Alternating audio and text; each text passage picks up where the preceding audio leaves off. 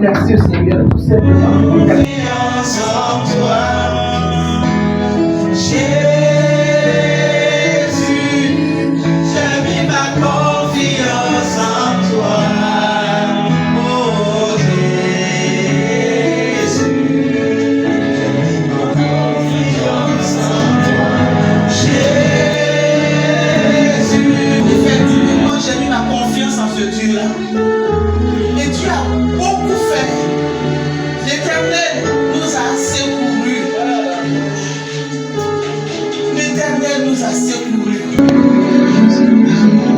Tu as fait. Alléluia. Je vais pas trop dire, tu as beaucoup fait. Je dis merci au Seigneur pour mon époux. Parce qu'il croit à mon ministère. C'est pas donné à tous les pasteurs de croire au ministère de leur époux. C'est une grâce. Il m'accompagne, il me soutient, il me donne des conseils.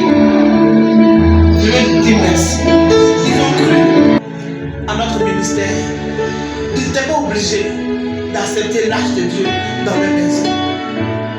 Nous avons commencé pendant la crise, pendant les heures chaudes de la crise, dans leur maison, dans le salon, à 4, à 5, à 6, au fur et à mesure.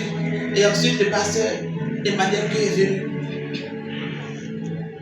Un peu, étape par étape, pendant 14 ans. 14 ans dans une maison, sans faire les cultes du soir, seulement que le dimanche.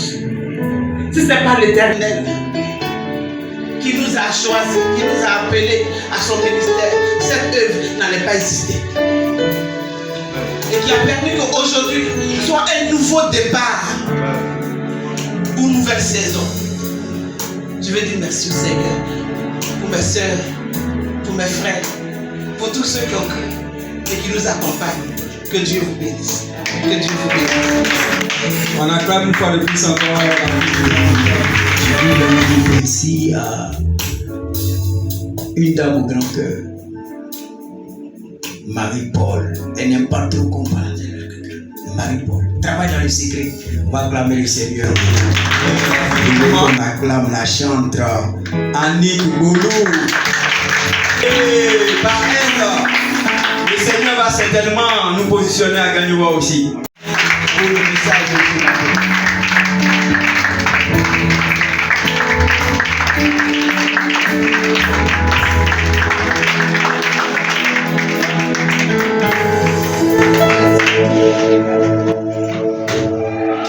Gloire à Dieu.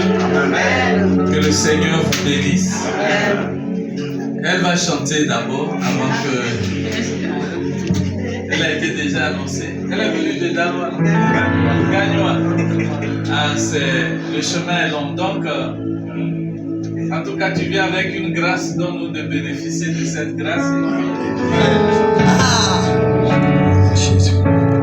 Je n'oublierai jamais, Jésus, tes bienfaits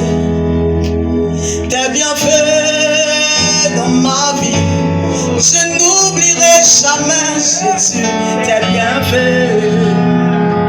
Tes bienfaits dans ma vie. Moi, je n'oublierai jamais tes bienfaits. Tes bienfaits dans ma vie. Non, je n'oublierai jamais, Jésus, tes bienfaits. Tes bienfaits dans ma vie. Oh, car le bonheur, c'est toi qui me donnes. C'est toi qui me donnes. Puis la santé, c'est toi qui me donnes. La restauration, c'est toi qui me donnes. Oh, c'est toi qui me donnes. Oh, papa, c'est toi qui me donnes. La femme, c'est toi qui me donnes. Oh, c'est toi qui me donnes.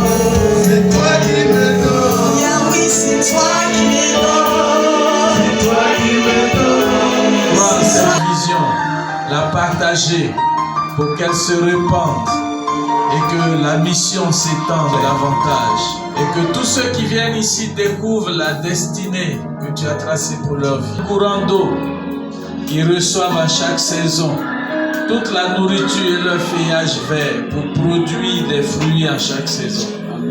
Ce matin, Seigneur, nous sommes reconnaissants et nous voulons te dire merci.